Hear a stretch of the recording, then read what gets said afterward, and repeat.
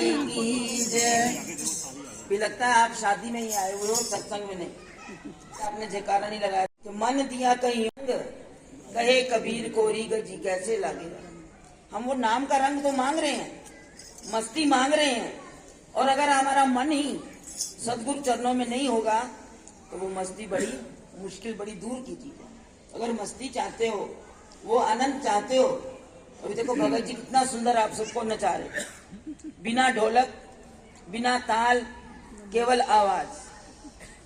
उनकी आवाज ही साज का काम कर रही थी, क्योंकि ये भी गुण जो है किसी किसी को मिलता है, ये कृपा से सब कुछ प्राप्त होता है। तो आप जयकारा तो लगा सकते हो ना, दोनों हाथ ऊपर करके समर्पण की मुद्रा में श्री गुरु महाराज जी के चरणों में बड़े जोर से ऊंचे स्वर से जयकारा बोले। बोलो जयकारा बोल मेरे श्री गुरु महाराज की, बोलो सांचे दरबार की, बोलो श्री नगरी निवासी भगवान की, बोलो श्री परमहंस दयाल जी महाराज की, बोलो सच्ची सरकार की, बोलो श्री स्वामी जी महाराज की जय। धन्यवाद। जैसा कि अभी आप सभी संतों से खुशी भरे भजन श्रवण कर रहे थे, और अभी हमारे संत जी, हमारे छोटे से भाई जी, क्योंकि हमारे सामने तो आज वो सुंदर दिव्य स्वरूप आ रहा है कि जिनके संग हमने बैठकर घंटों वो समय व्यतीत किया, वो आनंद लिया, उनके उन सुंदर मुखड़े का, सुंदर वाणी का, और उनके सानिध्य को हमने प्राप्त किया। लेकिन कहते ना, बच्चों में भी उन्हीं का ही रूप नजर आता है, बहुत नहीं तो थोड़ा थोड़ा वो हमें आज नजर आ गया कि वही प्यार, वही दुलार, वही अपने से बड़ों को एक सम्मान देना, उनकी सीख सामने नजर आती है। तो पूज्य भाई जी ने आकर हमारा भी हृदय गदगद हो गया। कहते अपनी संतान को देखो ना तो हृदय बड़ा खुश हो जाता है कि आज हमारे बच्चे उसी लाइन पर, उसी तरक्की पर हैं। और यहाँ इतनी संगत को इतना प्यार जो हमने सुना कि वही प्यार दिया, कहते अपने पिता को भी भुला दिया। तो जो प्यार अपने गुरुदेव से, अपने पिता से मिलता, वही प्यार आज इन संतों से, क्योंकि हमारा आना भी आज कोई 26, 27, 28 साल के बाद हुआ। कभी मुरादाबाद में, क्योंकि ये जो लाग लगी हुई है ना, ये जो नजर आ रही है, जो आज हम दिन मना रहे हैं, ये खुशियों का सत्संग, बच्चे की शादी का सत्संग है। लेकिन ये जो कृपा कहाँ से शुरू हुई, हम वो भी नहीं भूलते। कि आज जो ये सत्संग का आयोजन हुआ, तो मुझे तो सबसे पहले याद उन बुजुर्गों की कि इस बच्चे के दादा दादी मुलखराज जी मल्होत्रा और शकुंतला देवी मल्होत्रा, इनके दादा दादी दोनों, जो प्यार और सत्संग का पौधा इन्होंने लगाया पूरे मुरादाबाद में, कांचीपुर में। अकेले इस परिवार ने श्री गुरु महाराज जी के चरणों में इतनी संगत को जोड़ा। कभी वो वक्त था बसंत पर श्री मुलखराज जी ट्रक में संगत भर के मुरादाबाद से श्री नंगली साहब लेकर जाते, इतनी संगत को जोड़ा। और जो संगत के वो गुरु महाराज जी के चरणों से जोड़ दे, उस जैसा भाग्यशाली को जीव होगा ही नहीं। और आज जो उनके बच्चे ब्रह्म जी, अजय जी, शायद वो किसी कारणवश आ नहीं पाए, बड़े भैया इनके अजय जी, उसके बाद ये राजू जी, हमें बचपन का ही नाम याद है, क्योंकि एक शारीरिक नाता भी है। ये बच्चा जिसकी शादी हो रही है, वो शारीरिक नाते से हमारे मासी जी थे, उनका ये पोता, उसकी शादी के उपलक्ष्य में आज ये सत्संग हो रहा है। तो जितने सत्संग हमने मुरादाबाद में अटेंड किए, काशीपुर में भी किए, आज शायद आज उनकी आत्मा कितनी खुश हो रही होगी कि आज फिर से उस परिवार में सत्संग तो चलता है, हम देखते हैं, इनमें से कोई कम नहीं, जो भी बैठे हुए हैं, ब्रह्म जी बैठे हैं, डिम्पल जी बैठे हैं, मुझे दूसरे नाम हो, बचपन के घर के नाम याद है। तो इन बच्चों के अंदर वो गुरु महाराज जी का प्यार, वो सीख एक माँ ने भरी। इनको बैठ बैठ के गुरु महिमा याद करवानी, और बैठ के उन्होंने खुद हारमोनियम पर भजन बोलने, एक से बढ़कर एक हमारे गुरुदेव भगवान के द्वारा बनाए हुए आज वो बच्ची ने भी भजन बोला, उनकी बहू उसने भी भजन बोला, सारे ही बच्चे भजन बोलते हैं, सब गुरु महाराज जी के प्रेम के अंदर रंगे हुए हैं। ये सब उस माता पिता की देन है। वो हजूर महाराज श्री सार प्रभु के चरणों में लगे और उन्होंने एक एक रूह को गुरु महाराज जी के साथ जोड़ दिया। कहा कि इस दर के सिवा और कोई हमारा दर नहीं, इस दर के सिवा हमारा और कोई ठिकाना नहीं। उन्होंने बच्चों को सीख दी, नंगली जाओगे तो तुम्हारी झोलियां भरेंगी। और इन बच्चों को भी ये जना दिया कि हमने तो अपना कर्म किया। कहते माँ बाप कमाते हैं अपने बच्चों को देने के लिए, आगे तुमने अपने बच्चों को देने के लिए अब कर्म करना है। ये बच्चे बड़ा सुंदर वो कर्म कर रहे हैं। सदगुरु के चरणों में वो प्यार है, वो कृपा सदगुरु की बरस रही है। तो वो आनंद जो हमने उस वक्त लिया, आज भी हमें वही कृपा सदगुरु की प्रतीत हो रही है। तो आज हम ये सभी संत जन, सभी संगत जो गुरु महाराज जी की प्यारी, पता नहीं किस रूप में सतगुरुदेव कि वो कहते हैं ना, भजन बोलते हैं, सतगुरु से मिलने का सत्संग ही बहाना है। तो हमें वो आंख चाहिए, हमें वो आंख चाहिए कि हम सदगुरु को पहचान सके। कहते सुन बंदिया कि रब तो वखना तेरी वेखण वाली आखना, पहचान लो शायद किस रूप में वो यहाँ आपको दिखाई दे रहे हैं। तो सदगुरु जो है वो अपनी महफिल में, जो महफिलें सहती है ना, तो सदगुरु आ जाते हैं। और मुझे याद आ गई भाई जी ने बात की महफिल की, तो हमारे परिवारों में जब भी शादियां होती थी और होती हैं और आगे भी हो रही हैं, वहां ये गौंड वगैरह नहीं चलते। हमारा पूरा ही परिवार, हमारी जितनी ही बहनें, मतलब मैं मासियां कहूंगी, सब जब इकट्ठी हो जाती थी, और जो नहीं मानने वाले भी होते थे, अब सबके जो आगे जो ससुराल में अपने चले गए, उनके परिवार वाले कई नहीं भी मानते थे। और मुझे आज भी याद है, हमारे जामनगर में एक मासी जी थे, उनके जो पति देव वो कट्टर आर्य समाजी, नहीं मानते थे, लेकिन अंदर से एक तार, क्योंकि भक्ति की लहर, चाहे वो आर्य समाज हो चाहे वो कुछ हो, लेकिन एक लहर तो अंदर थी। तो जब उन्होंने कहना शकुंतला, कृष्णा, रमेश, ऐसे तो तीनों बह जान ना, और भी थी 6 बहनें थी, जब ये बैठ जाती थी तो भजनों की वो महफिल, वो कहते थे गौण उन सब एक पासे रहने दे, पूरी रात उनको बिठा लो, सारे आदमी उन कवालियों में, कवालियां चलती थी, कवालियां सभी बोलते थे, और गुरु महाराज जी के प्यार के अंदर वो नाचते थे। उस वक्त सारा ज्ञान एक तरफ हो जाता था, सदगुरु का प्यार वो सामने आ जाता था, और गुरु महाराज जी अपनी रहमत इतनी बिखेरते थे, जो सदगुरु के नाम में रंगे हुए भी नहीं थे, वो भी उस वक्त उस रंग में रंग जाते थे। वो गुरु महाराज जी की कृपा बरसती थी। तो आज ये महफिल में तो कहूंगी वही महफिल सजी है, और मुझे हजूर गुरुदेव भगवान जी के वो वचन याद आते हैं कि महफिल तुम्हारी ये सजती रहेगी, गुरु नाम की धुन बजती रहेगी। ये गुरु नाम की धुन ही तो बज रही थी।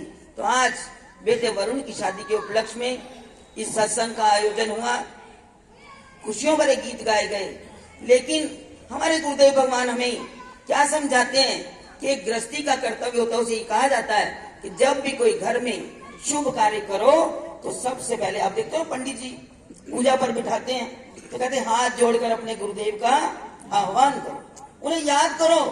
तो हमारे घर में, गुरु घर में परंपरा कि पहला निमंत्रण अपने सदगुरुदेव भगवान के चरणों में दो, उनके चरणों में प्रार्थना करो कि गुरुदेव हमारा और कोई नहीं है, हमने आपका ओट आसरा लेकर ये शुभ कार्य आरंभ किया है। गुरुदेव आपकी कृपा से सभी कार्य निर्विघ्न संपन्न हो। तो गुरु महाराज जी, क्योंकि आज का दिन, कल का दिन और परसों शादी है, 19 तारीख की शादी है ना, 19 की शादी है, तो गुरु महाराज जी विशेष रूप से घर में आ गए। वैसे तो घर में हैं, लेकिन अब जो है वो विशेष रूप से घर में आ गए, और हमें तो ये पूरा विश्वास है गुरु महाराज जी की कृपा से सभी कार्य निर्विघ्न संपन्न होंगे। और इसी के साथ साथ मैं सब संतों की ओर से, सब संगत की ओर से इस बच्चे के लिए यही प्रार्थना गुरु महाराज जी के चरणों में करूंगी कि इस बच्चे का भावी जीवन, ये जो नए जीवन, ग्रस्त जीवन में प्रवेश कर रहा है, इसका भावी जीवन बड़ा मंगलमय हो, सुखमय हो, और सदगुरु की कृपा से भरपूर हो। इसकी झोलियां सदा खुशियों से भरी रहे, यही गुरु महाराज जी के चरणों से हम मांगते हैं। और इसी के साथ साथ मैं नानके दादके सभी परिवार को बहुत बहुत बधाई देती हूँ, सब संतों की ओर से भी और संगत की ओर से भी। और आइए हम सत्संग में बैठे हैं। सत्संग हमें गुरुदेव, सत्संग के अंदर हमें एक सीख मिलती है कि तुमने किसका संग करना है। सत्संग नाम सत्य का संग करो। झूठ की दुनिया में हमने नहीं रहना, क्योंकि हमें ये जो परिवार मिला, हमें ये घर मिला, इसमें बहुत सुंदर एक सीख मिली। हमें व्यवहार सिखाता है, सत्संग हमें व्यवहार सिखाता है कि तुमने अपना जीवन कैसे जीना। रामचरितमानस के अंदर क्या कुछ नहीं बताया गया, एक पूरा राम ने मर्यादा बता दी। राम ने बचपन से ही क्या सीखा? प्रात काल उठ के रघुनाथा, मात पिता गुरु नाम ही माना। तो उन्होंने नमस्कार किया अपने गुरुदेव के चरणों में, अपने माता पिता के चरणों में, कि जो गुरु के चरणों में झुक जाता है, माता पिता के चरणों में झुक जाता है, वो दोनों जहां की नेमतें पाता है। और इससे और भी पता चलता है कि झुकना जीवन का सबसे बड़ा एक गुण है। जो झुक जाता है वो सब कुछ पा जाता है। जो झुक जाता है वो सब कुछ पा जाता है। झुकने के अंदर बड़ा ही आनंद है। और इससे बड़ी एक और सीख मेरे गुरुदेव भगवान की, कि माता पिता की सीख जो बच्चा मान लेता है वो कभी जीवन में दुख नहीं पाता। तो उन्हें एक बड़ा सुंदर उदाहरण दिया, एक दृष्टांत के रूप में, कि एक पिता ने अपने बच्चों को बुलाया और बुलाकर उन्हें कहा कि बेटा, मेरी अगर तुम 3 बातें जीवन में मान लोगे तो तुम्हें कभी किसी बात की कमी नहीं आएगी। चल के पिताजी बताओ, आप जो कहो हम वो करने के लिए तैयार हैं। पिता ने कहा, बेटा पहली बात तो ये है कि पहली बात मेरी मान लेना, छाया में जाना और छाया में आना। छाया में जाना, छाया में आना। कहते पिताजी ये कौन सी बड़ी बात है? ठीक है, मान लेंगे। दूसरी बात, मीठा करके खाना, ये भी कोई मुश्किल बात नहीं है। तीसरी बात कि बेटा उधार देके मांगना ना पड़े। ये 3 बातें जीवन में अपना लोगे तो कभी किसी क्षेत्र में तुम पीछे नहीं हटोगे, सदा आगे बढ़ते जाओगे। अब कहते हैं बात समझने में भी बड़ा दम होना चाहिए। तो उस बेटे ने कहा कि पिताजी ने कहा है छाया में जाना, छाया में आना। कहते कोई बात नहीं, मैं बात समझने की बात कर रही हूं, गौर से सुनना। छाया में जाना, छाया में आना। तो उस बच्चे ने पता क्या किया? जो पिता की संपत्ति उसके पास थी, आधी संपत्ति, उसने पता क्या की? घर से लेकर फैक्ट्री तक, बहुत बड़ी फैक्ट्री थी, घर से लेकर फैक्ट्री तक पेड़ ही पेड़ लगवा दिए कि मैं छाया में नहीं जाना, वो छाया में ही वापिस आना। पेड़ों की छांव में जाऊंगा, धूप में तो निकलना ही नहीं है। अब बताओ, जो धूप नहीं लेगा तो उसे क्या होगा? आप बताओ, विटामिन डी की कमी हो जाएगी, हड्डियां कमजोर हो जाएंगी, शरीर में दम नहीं रहेगा। उस बच्चे ने यही किया, छाया में गया, छाया में आया, शरीर देखो ऐसे हो गया। अब उसने कहा ये बात तो मैंने मान ली, लेकिन मुझे फायदा नहीं हुआ। अब पिताजी ने कहा मीठा करके खाना, उसने अर्थ लगा लिया नमक खाना ही नहीं, मीठा ही मीठा खाता गया, हो गई बीमारी शुगर की। तीसरी बात, उधार देकर मांगना ना पड़े। तीसरी बात पिता ने कही थी, तो उसने कहा जो लेने आया दे दिया, मांगने किसी को गया ही नहीं। कि मेरे पिताजी ने कहा है तुम्हें कोई तकलीफ नहीं होगी। कहते आज नहीं तो कल तक मेरा कोई ना कोई हल हो जाएगा। सोचता रहा। तो एक दिन उसके पिता के मित्र ने कहा कि बहुत दिन हो गया मैं अपने मित्र के पास नहीं गया। अब पिता ने भी कहा उसको नहीं पता कि मेरे बेटे ने क्या किया। पिता ने कहा इतना इसको पैसा भी दिया, सब कुछ किया, शरीर भी गवा लिया, और उसके बाद धन भी नहीं रहा, और ये दशा हो गई है। अब पिता बेचारा कहे पता नहीं बच्चे ने क्या किया। बैठे वो भी सोच में।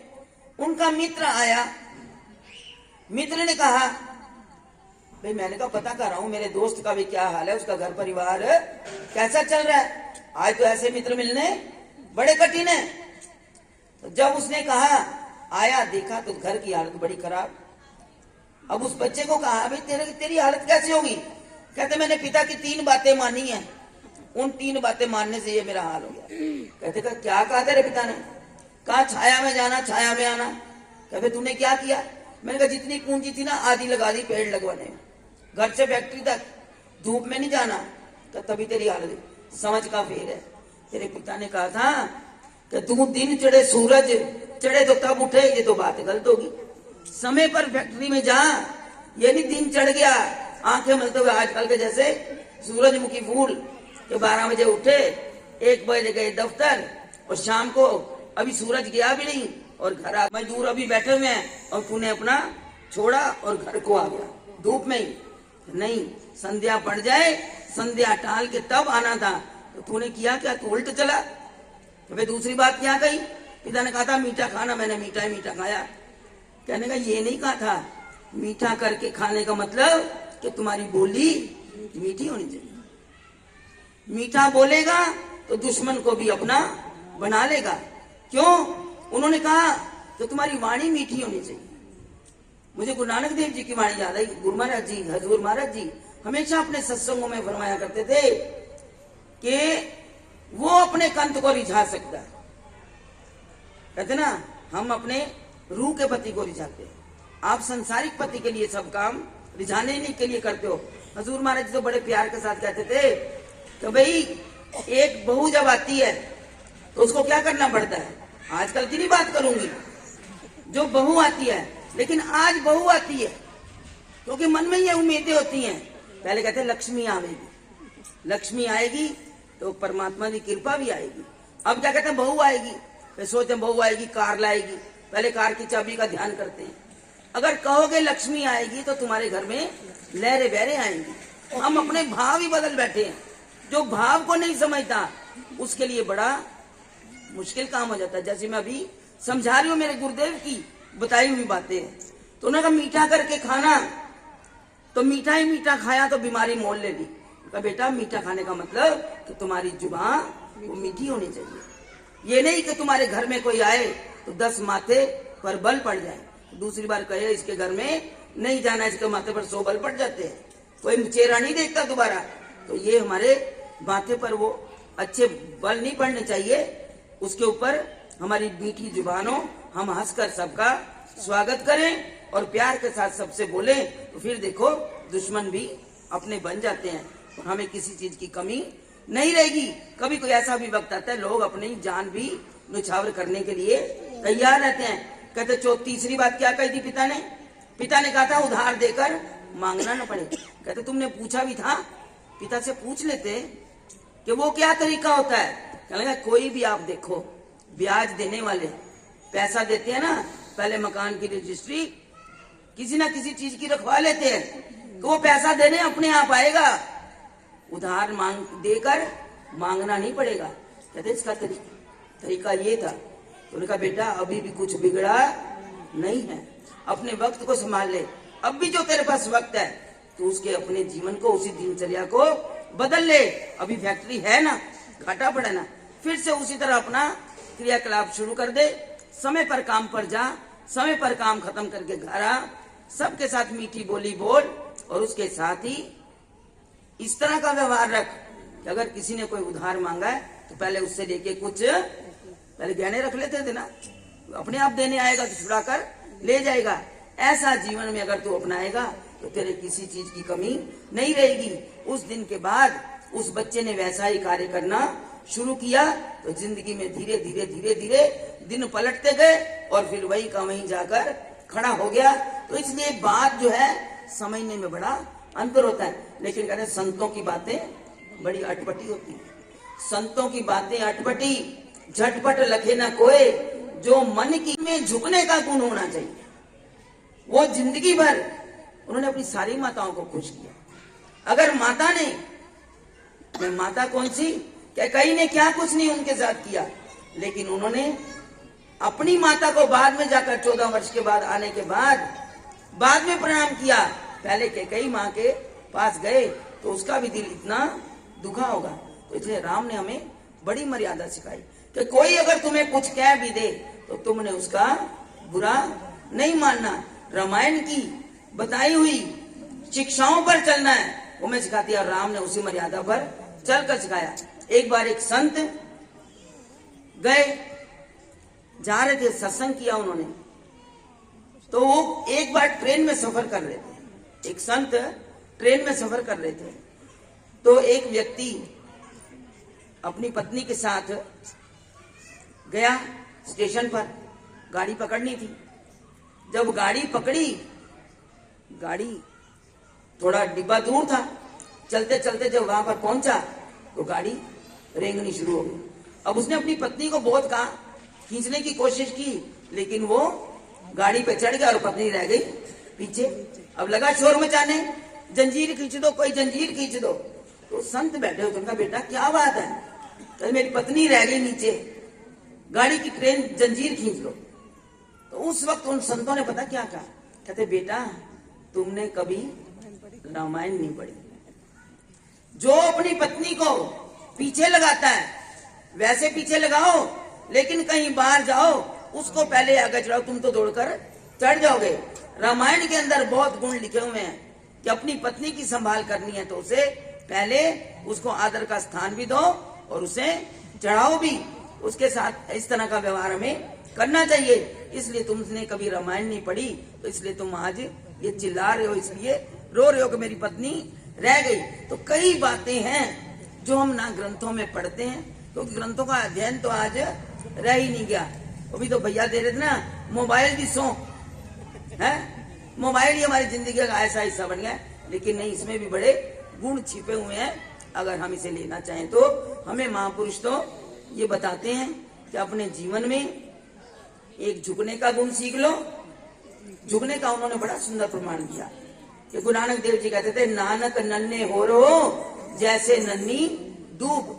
जिस तरह नन्ही नन्ही घास नदी के किनारे होती है, कितना बड़ा तूफान आ जाता है तो घास क्या होता है, नीचे लेट जाती है क्योंकि वो छोटी सी है।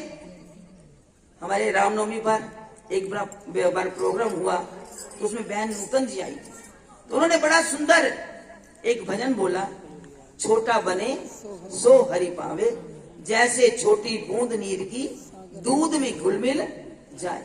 उन्होंने कहा छोटा दीपक जले रात भर सबको प्रकाश देता है, छोटा सा दीपक है ना, सबके जीवन का अंधेरा दूर करता है।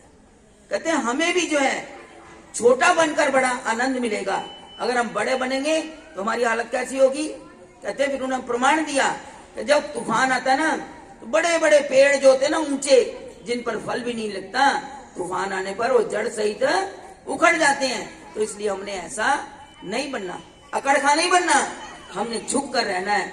झुकने से हमें माता पिता की भी आशीर्वाद मिलेगी, हमें गुरुजनों का आशीर्वाद मिलेगा, और सदगुरु की कृपा तो सदा बरसती रहेगी। और जो गुरु महाराज जी के प्यारे हैं वो तो रोज पढ़ते हैं, विनती के अंदर हम रोज पढ़ते हैं कि जो हमने अपने जीवन में पढ़ने के साथ साथ उसको जीवन में धारण भी करना है, उस पर अमल भी करना है।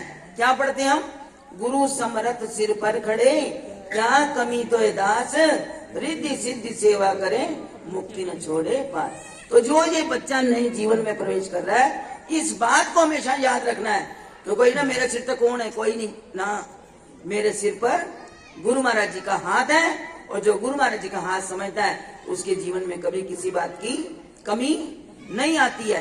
तो हमें जो है गुरु महाराज जी की दी हुई इन शिक्षाओं पर अमल करना है। और एक छोटी सी बात और मैं आपको कह दूं कि जो बहुत जरूरी है, सभी महापुरुषों की समझाई हुई है, क्योंकि हम बार बार क्यों कहते हैं कहीं नहीं मिलेगा। ये भी साखी एक गुरु नानक देव जी की है, कबीर जी की साखी है। कबीर जी ने क्या कहा, कबीर जी के विषय में क्या था, मशहूर था पूरे गांव में शहर में कि कबीर जी के पास इतना ज्ञान है कि वो हर एक की समस्या का हल कर देते हैं। कोई आदमी कितना दुखी जाए, उसको कोई प्रॉब्लम हो, उनको जाके कहता था, वो ऐसा उसका निदान कर देते थे, उसको कभी कोई किसी बात की दिक्कत नहीं होती थी, सारी समस्या हल हो जाती थी।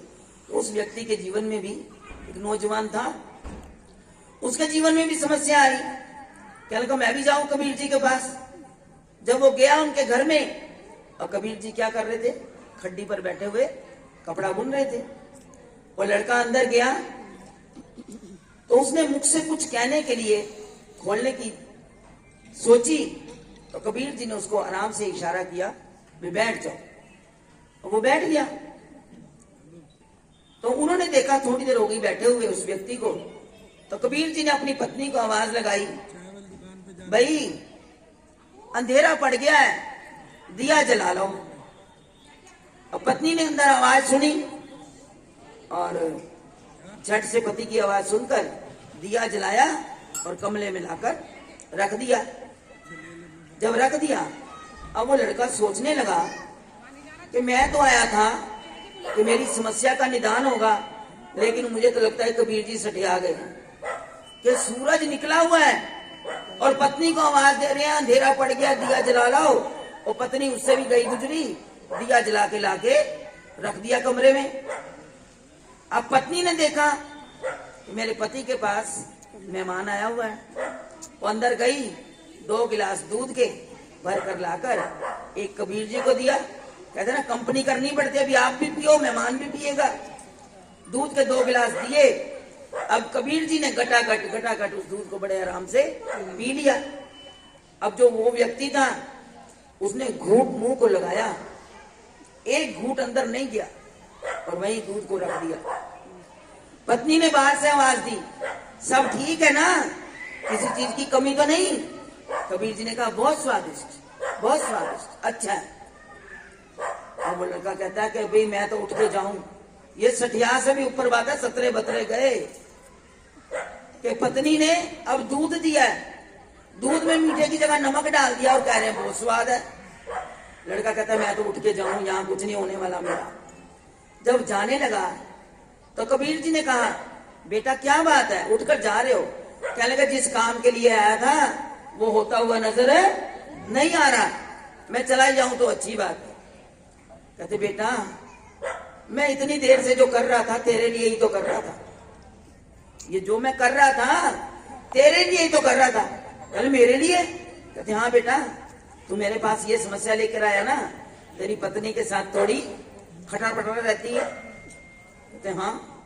कहते मैं उसी का निदान तो कर रहा था। देखो मैंने अपनी पत्नी को कहा दिन के उजाले में दिया जला लो, वो अंदर चुपचाप दिया जला के रख गई। उसने अंदर आके ये नहीं कहा कि तुम्हारा दिमाग खराब है, सूरज चढ़ा हुआ है दिया जला दो, नहीं। मैं देखा अंदर मेरे पति के पास कोई ना कोई बैठा होगा, पति की बेइज्जती नहीं करनी किसी के सामने। वो चुपचाप दिया जला के रख के चली गई। और मेरी पत्नी से अगर गलती से कभी हो जाता है कि नमक के दूध में मीठे की जगह नमक डल गया है, तो मैं तुम्हारे सामने अपनी पत्नी की इज्जत नहीं उतारी। मैंने कहा बहुत बढ़िया, जो किया बहुत बढ़िया। समाज में पत रखना एक गृहस्थी का बहुत बड़ा नियम बन जाता है। आप देखते ना पंडित जी समझाते क्या है, इस घर की इज्जत तुम्हारी, लड़की को कहते हैं इस घर की इज्जत तुम्हारी, लड़के को कहते हैं अब उस घर की इज्जत तुम्हारी है। दोनों घरों की लाज रखना उन दोनों बच्चों के सिर पर होता है। तो इसलिए कहते हैं ना, गुरु नानक देव जी ने वाणी में लिख दिया, एक ने कही दूसरे ने मानी, नानक कहे दोनों ज्ञानी। जिंदगी बड़ी सुंदर गुजर जाएगी। गलती किससे नहीं होती है, तो इसलिए गलतियों को दरकिनार करके अगर कोई बात कहनी भी है, अंदर बैठ के उस समस्या को सुलझा लो, बाहर समाज में एक दूसरे की मत उछालो। तुम्हारा जीवन में कभी इस तरह का घटना ना घटे जो तुम्हारी जिंदगी के रस में कोई इस तरह का घोल डल जाए कि कड़वाहट हो जाए, ऐसा काम ना। पठन पाठन करके उनकी शिक्षाओं पर चलते हुए, संतों की वाणी पर चलते हुए हमने अपने जीवन को चलाएंगे तो हमारा बड़ा जीवन सुखी, सुंदर और सुखद हमारा बीतेगा। हम सदगुरु की, संतों की वाणी के ऊपर अमल करें, यही हमारे जीवन का लक्ष्य है। तो हमारी आज मैं फिर से यही कहूंगी, इस परिवार को, दोनों परिवारों को बहुत बहुत बधाई देती हुई मैं इसी के साथ ये मंगल कामना फिर से करूंगी कि ये बच्चा जो अपने नए जीवन में प्रवेश कर रहा है बड़ा सुखी हो, इसकी झोलियां सदा खुशियों से भरी रहे और इसका जीवन में सदा आनंद ही आनंद बरसे और इसका जीवन मंगल में, ग्रस्त जीवन बड़ा सुंदर और सुखद हो। इन्हीं शब्दों के साथ आइए